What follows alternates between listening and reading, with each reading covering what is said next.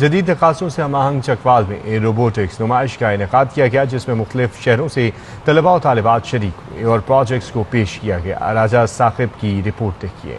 چکوال میں روبوٹکس نمائش کا انعقاد کیا گیا، جس میں چکوال، تلگنگ، اٹک، پنڈی گیپ کے مختلف سکولز کے طلباء و طالبات شریک ہوئے۔ روبوٹکس نمائش میں میٹرک سطح کے طلباء و طالبات نے روبوٹکس میں اپنی مہارت کا مظاہرہ کرتے ہوئے مختلف ماڈلز تیار کر کے نمائش کے لیے پیش کیے، جن میں سیلاب اور زلزلے جیسے قدرتی آفات، سیلاب کی اطلاع دینے والی ڈیوائسز، صاف پانی، آگ لگنے کی اطلاع کے آلات اور دیگر عام استعمال کی اشیاء کے روبوٹکس نمائش کے لیے پیش کیے گئے۔ ہم نے بلائنڈ مین کے لیے گلاسز بنائی ہیں، جو اندھا بندہ ہوتا ہے وہ دیکھ نہیں سکتا نا، اس کے سامنے وال آ جائے وہ ٹکرا نہ جائے، اس لیے ہم نے بنائی ہیں۔ یہ سیفٹی پرپس کے لیے بنایا ہے، تو جیسے بوائلر وغیرہ ہو گیا، برج وغیرہ پر سیفٹی اور لیبر کاسٹ کو کم کرنے کے لیے، ہیزارڈز وغیرہ کو، ایکسیڈنٹس وغیرہ کو کم کرنے کے لیے ہم نے بنایا۔ نمائش کے شرکاء نے روبوٹکس میں گہری دلچسپی کا اظہار کیا اور طلباء و طالبات کی محنت اور مہارت کو سراہا۔ بچے جو ہیں وہ کوڈنگ میں، روبوٹکس میں اور اے آئی میں ایکسل کریں، کیونکہ جو فیوچر ایجوکیشن ہے وہ ہے ہی ساری کی ساری ہے۔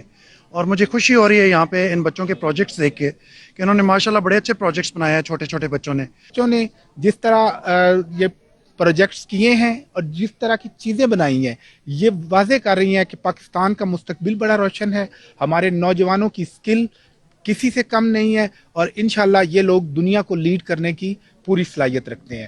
نمائش میں اسٹوڈنٹس نے عملی مظاہروں کے ذریعے اپنے پروجیکٹ کے بارے میں آگاہ کیا۔ آخر میں سنو مین پبلشر اور RSK کی جانب سے اسٹوڈنٹس میں شیلڈ تقسیم کی گئی۔ کیمرامین فیصل نمک کے ساتھ راجہ ثاقب عباس، بیورو چیف، سچ نیوز، چکوال۔